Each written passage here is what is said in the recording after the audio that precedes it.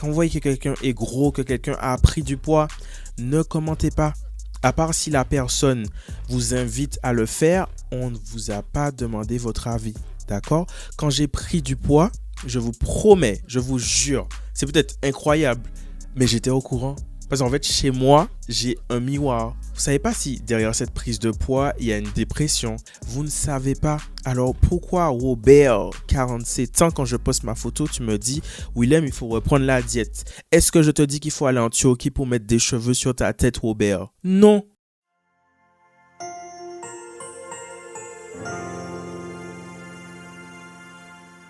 Salut à tous, c'est Willem et on se retrouve aujourd'hui pour un tout nouvel épisode de mon podcast OPPT, On parle pas trop, qui, je le rappelle, est mon podcast décontracté où on parle de tout un tas de sujets sans tabou. Donc c'est un peu comme une émission en libre antenne où je suis l'animateur, le chroniqueur, voilà, je fais un petit peu tout.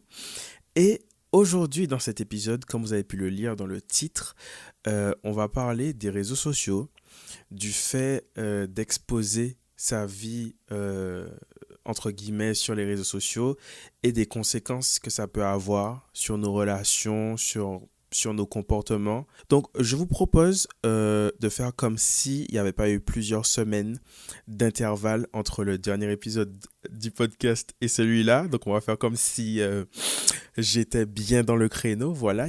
Vous remarquerez également à ma tenue, pour ceux qui regardent le podcast en vidéo sur YouTube, que la météo s'est rafraîchie. Donc j'ai dû me couvrir en conséquence. Une nouvelle fois, merci à tous ceux qui écoutent le podcast sur Spotify, sur Apple Podcast ou qui le regardent sur YouTube. Merci pour ceux qui mettent des notes sur Apple Podcast et Spotify.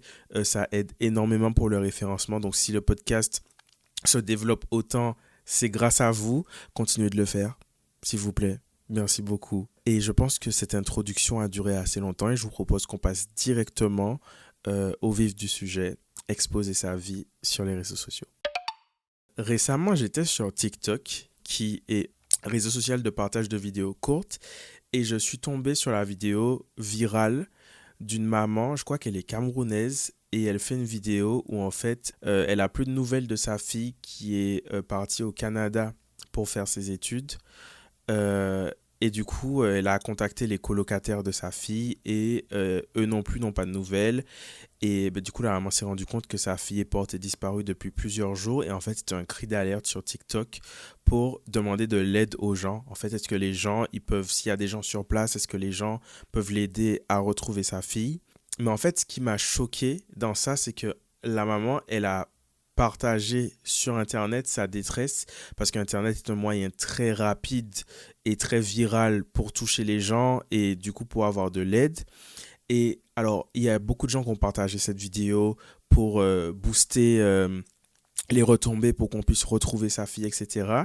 Mais je suis aussi tombé sur pas mal de commentaires où en fait les gens, ils disent ouais, mais quelle idée de laisser sa fille partir à l'étranger alors que c'est ta fille unique. Quelle idée de la laisser partir à l'étranger pour faire ses études toute seule dans un pays où elle ne connaît personne. Pourquoi faire une vidéo sur Internet et ne pas contacter la police? Pourquoi ne pas faire ci? Pourquoi ne pas faire ça? Et en fait, je me suis dit, mais les réseaux sociaux nous ont déshumanisés à un point.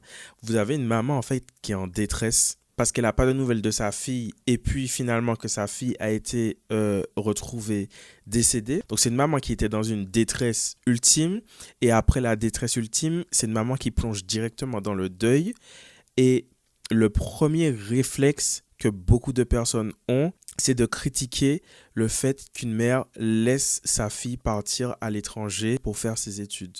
Quand bien même c'est une remarque qui pourrait être pertinente pour le débat ou pour je ne sais quoi, est-ce que c'est le moment? Est-ce que c'est les jours qui suivent la disparition, les jours qui suivent le décès où la dame est en détresse, que c'est le moment de la blâmer, que c'est le moment de pointer du doigt, que c'est le moment de critiquer un comportement parce que c'est un comportement qui diffère du tien? Je pense que non. Et je trouve que sur ce point-là, les réseaux sociaux nous ont complètement déshumanisés. En tout cas, beaucoup d'entre nous. C'est-à-dire qu'on oublie que quand on fait un tweet, quand on rédige un commentaire, quand on parle de quelqu'un, on parle d'une vraie personne, d'un vrai humain. Alors, ok, ce sont des pixels qu'on voit sur un écran, ce sont des messages qu'on voit sur un écran, mais en fait, derrière ça, il y a des vraies personnes qui ont une sensibilité, des vraies personnes qui éprouvent des choses, des vraies personnes qui peuvent ressentir les choses, des vraies personnes, la plupart du temps, dont on ne sait pas ce qu'elles traversent. Et pourtant, on a ce truc de vouloir pointer du doigt, de vouloir avoir la critique facile, même quand la critique n'a pas sa place. Et là, je pense qu'il y a des gens qui doivent se dire, ouais, mais quand on poste sur les réseaux sociaux, peu importe les intentions, ça fait partie du jeu que de devoir faire face aux critiques, que devoir faire face à toute la partie méchante, entre guillemets, et néfaste des commentaires. Et moi, je ne suis pas d'accord. La majorité des gens qui laissent ce genre de commentaires sur les réseaux sociaux, ce sont des gens qui, dans la vraie vie, ne le feraient jamais. Et c'est là où je trouve ce côté malsain et nocif des réseaux sociaux, parce que je trouve que ça prend vraiment les gens par le bas. Je vais prendre un autre exemple. Yanissa et Domi. Alors, pour ceux qui ne connaissent pas, Yanissa et Domi, c'est un couple de vidéastes influenceurs français. Et Yanissa, elle a été connue sur les réseaux sociaux. Elle était assez jeune, je crois qu'elle était adolescente. Et du coup, maintenant, elle est maman, elle est mariée, etc. Et du coup, elle partage sa vie sur les réseaux sociaux. Elle partage sa vie en story, sur Insta, sur TikTok, etc. Sur sa chaîne YouTube. Et elle partage beaucoup de choses. Et dernièrement, elle a sorti sur sa chaîne YouTube un vlog où on voit ses enfants. Enfin, on voit ses enfants sans vraiment les voir parce qu'elle cache du coup la tête de ses enfants. Mais c'est un vlog où on voit ses enfants, comment ses enfants agissent, comment ses enfants sont avec eux dans la vie de tous les jours. C'est un vlog où ils sont partis en vacances aux États-Unis. Et moi, j'ai pas vu le vlog en entier sur YouTube. J'ai vu que des petits bouts qui ont été postés sur d'autres plateformes. Et il y a beaucoup de personnes qui ont été hyper méchantes envers les enfants. Puisque ce sont des enfants, du coup, c'est des enfants qui répondent. Ce sont des enfants qui piquent un peu leur maman, qui taquinent un peu leur maman. Ce sont des enfants, quoi. J'ai vu des pluies de commentaires en message. Mais Yanissa, qu'est-ce que tu fais? Tu as mal éduqué tes enfants. Des enfants de cet âge-là ne devraient pas parler comme ça à leurs parents. Il faut les recadrer, il faut leur remettre à leur place. Et là, vous allez me dire, oui, mais c'est de sa faute. Elle a exposé ses enfants sur les réseaux sociaux. Elle a exposé sa vie de famille sur les réseaux sociaux. Donc, c'est tant pis pour elle si elle fait face aux conséquences. Non, non. Parce que, en fait, si ces mêmes gens-là qui ont critiqué les enfants et sa façon d'éduquer ses enfants, ces mêmes gens-là, on les prend, on les met dans un supermarché. Vous êtes dans un supermarché, vous êtes à la caisse d'un supermarché et devant vous, il y a une maman qui est avec ses enfants et ses enfants répondent. Ses enfants sont un peu piquants, ses enfants sont un peu turbulents, etc. Jamais de la vie, vous n'allez faire une remarque à la maman au supermarché. Jamais de la vie, vous n'allez aller voir la maman ou les enfants pour leur dire, les enfants, c'est pas bien ce que vous faites. Les enfants, vous êtes mal éduqués. Jamais vous n'allez aller voir la maman au supermarché pour lui dire, madame, vous éduquez mal vos enfants. Mais comme vous êtes sur Internet, voilà, vous êtes caché derrière des écrans, vous vous permettez de dire des choses que vous n'auriez jamais dites dans la vraie vie. C'est ça le problème. C'est ça le problème sur les réseaux. Et d'ailleurs, cette histoire, elle soulève un deuxième truc qui est jusqu'à quel point il faut se protéger sur les réseaux sociaux. Parce qu'il y a beaucoup de dérives. Cet épisode est sponsorisé par CyberGhost VPN. Je n'ai plus besoin de vous dire ce que c'est qu'un VPN. Si vous utilisez Internet, vous devriez en avoir un. CyberGhost VPN vous permet de vous protéger des curieux et des gens malveillants. CyberGhost est l'un des principaux fournisseurs de VPN dans le monde avec plus de 38 millions d'utilisateurs et une note de 5 étoiles sur Trustpilot. Votre adresse IP est totalement masquée, vos données sont chiffrées et toute votre navigation est protégée et sécurisée. Moi, ce que j'aime, c'est que CyberGhost VPN débloque du contenu géorestreint sur plus de 40 plateformes de streaming. Donc, vous pouvez regarder des films et séries qui ne sont pas dispo en France sur Netflix, Disney+, Prime Video et j'en passe. Et je vous entends déjà me demander, est-ce que ça passe sur mon appareil? Oui, ça passe. Ça fonctionne sur tous les appareils, Mac, Windows, Android, iOS, les Smart TV et même les consoles de jeux. Et comme ici on est des rats, avec CyberGhost VPN, un seul abonnement couvre 7 appareils en même temps. Donc tu peux partager l'abonnement avec tes potes ou avec ta famille. CyberGhost est extrêmement convivial et facile d'utilisation, donc vous n'avez besoin d'aucune connaissance technique pour utiliser le programme. Il y a un service client qui est dispo dispo 24 heures sur 24, 7 jours sur 7 et où il parle français. Avec mon offre exclusive, vous avez 83% de réduction plus 4 mois offerts, ce qui revient seulement à 2 euros par mois. On est des rats ou on n'est pas des rats. Donc vous savez ce qu'il vous reste à faire et si vous n'êtes pas convaincu, c'est satisfait ou remboursé pendant 45 jours. Alors je vous laisse cliquer sur le lien dans ma description. Pour reprendre l'exemple de Yanissa, je suis désolé, je vais la reprendre. Yanissa, si tu passes par là, je suis désolé de te prendre un exemple, mais tu es un très bon exemple pour cet épisode du podcast. Toujours Yanissa et Domi, le même couple d'influenceurs français, ils ont été cambriolés il y a quelques semaines de ça. Et les gens disaient, ouais, mais ils auraient dû faire attention parce que quand Yanissa a fait ses stories et tout, on voit leur maison, on voit qu'ils ont une belle maison, etc. avec des beaux trucs dedans, ils auraient dû faire attention. Et la question se pose de jusqu'à quel point, en fait, on doit faire attention sur les réseaux sociaux. Parce que je prends mon exemple à moi.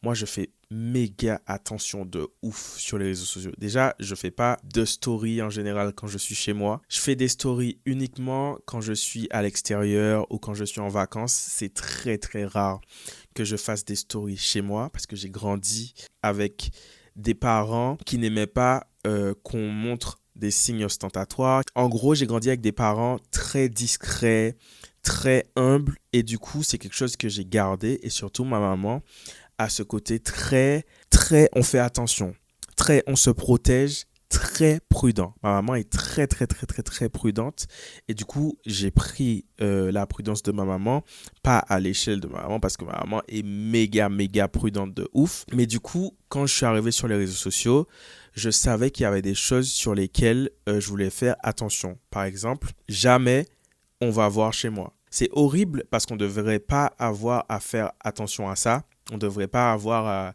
à se protéger. En fait, le problème n'est pas de notre côté. Le problème est du côté des gens malveillants qui ont de mauvaises intentions quand ils voient ce genre de choses. Mais puisque la vie est ce qu'elle est et que les gens sont ce qu'ils sont, on se doit de faire attention. C'est pareil, dernièrement sur TikTok, j'ai vu la vidéo d'un gars qui partait en vacances et du coup, il a fait un vlog où il part en vacances, mais il a fait le vlog depuis chez lui. Et du coup, il se filme comme ça à l'entrée de chez lui, de sa porte, de sa maison. Suivez-moi les gars, on part pendant une semaine en Albanie et il se filme comme ça. Ensuite, il montre sa voiture qui est garée devant sa maison dans l'allée de chez lui. Et du coup, je suis en train de regarder le vlog et je me dis, alors c'est du super contenu. Moi, j'adore consommer les vlogs. Ça fait partie des choses que je préfère regarder sur les réseaux sociaux. Mais en fait, sur le millier de personnes, sur les dizaines de milliers, sur les centaines de milliers de personnes qui regardent du contenu comme ça, il suffit d'une personne malveillante. Je reprends l'exemple de Yanissa.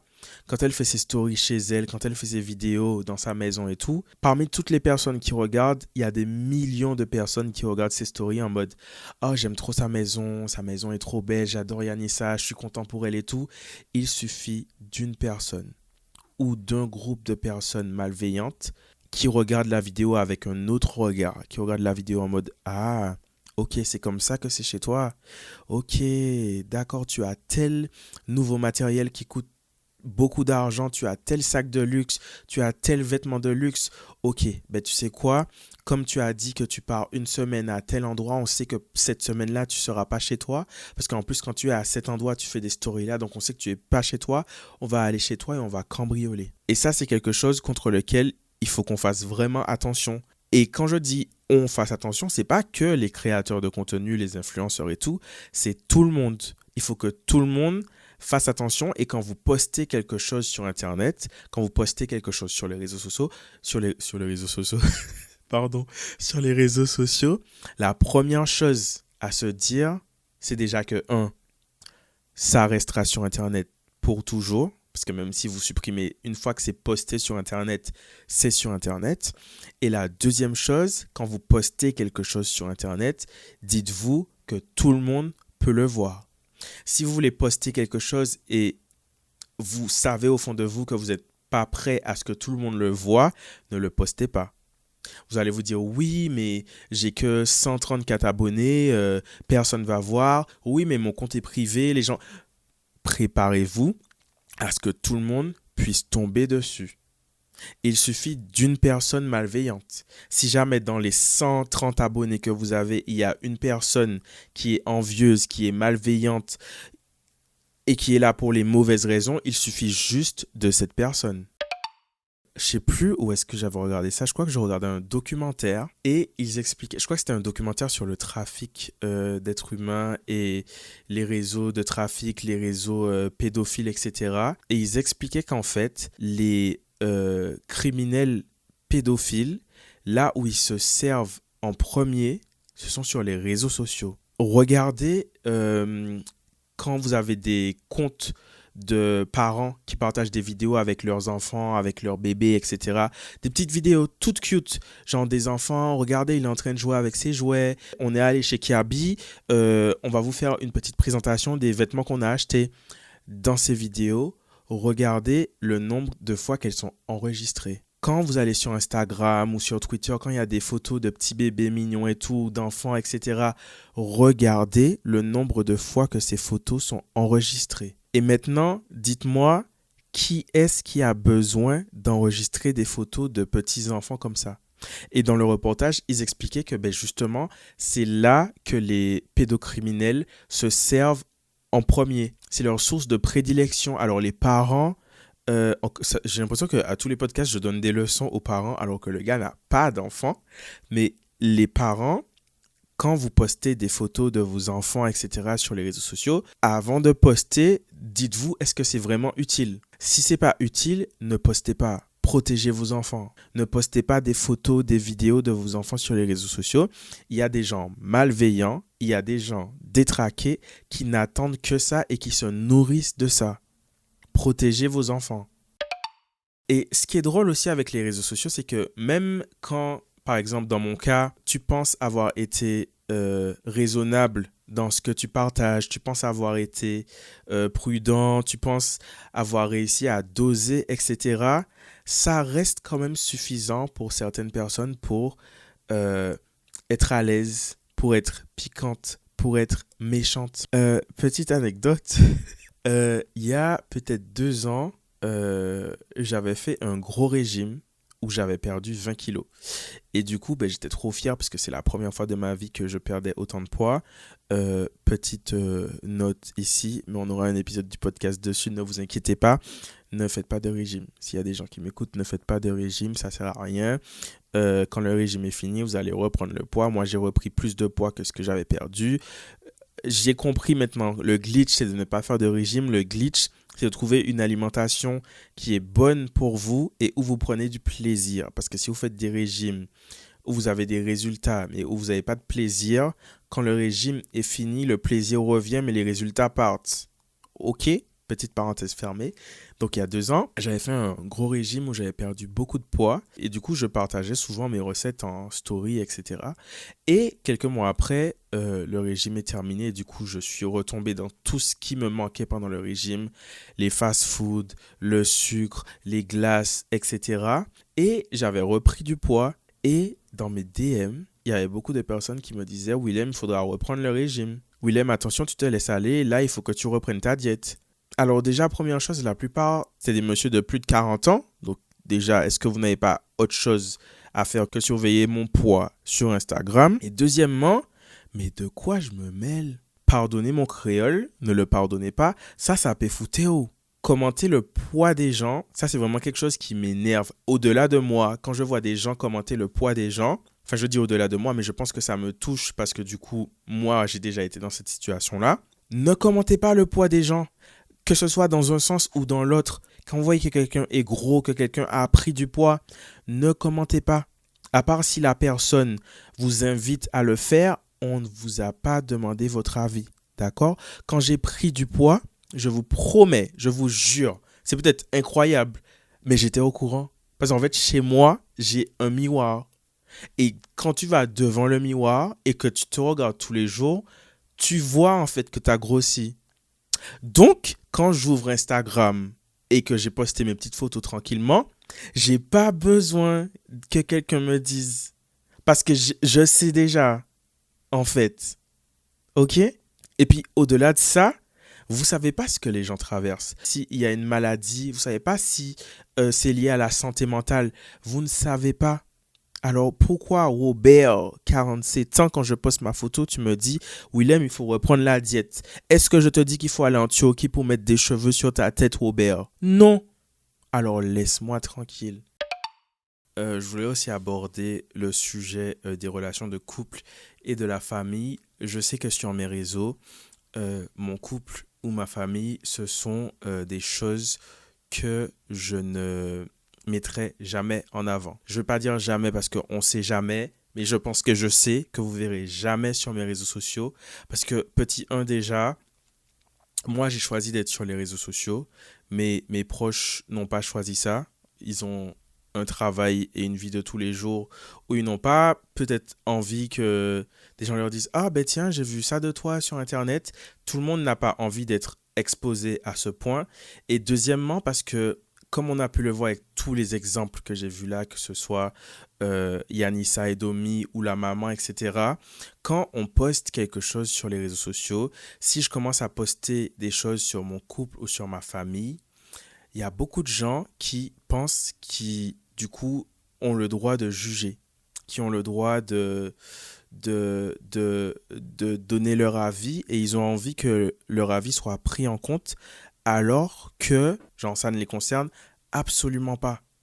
Donc, c'est quelque chose dont moi, je me protège parce que déjà, en gardant quand même une grosse partie de ma vie privée, j'arrive à prendre des remarques. Donc, je me dis que si demain, j'étais amené à devoir exposer mon couple ou des gens de ma famille, flemme, j'ai pas le temps. Moi, si je poste sur les réseaux sociaux, c'est pour partager des bonnes vibes, c'est pour rigoler avec les gens, c'est pour partager avec les gens, c'est pour m'amuser avec les gens. J'ai pas envie que ça me prenne la tête, j'ai pas envie de voir des commentaires qui vont me blaser, des commentaires qui vont m'énerver. Pour revenir à Yanissa encore, promis Yanissa, je parle de toi et après je lâche ton dos. Elle avait fait une story où en fait, je sentais qu'elle avait les nerfs. Vous voyez quand les gens, ils ont les nerfs, genre, ils sont à fleur de peau, ils tremblent, ils ont la voix qui tremble, elle avait les larmes qui coulaient.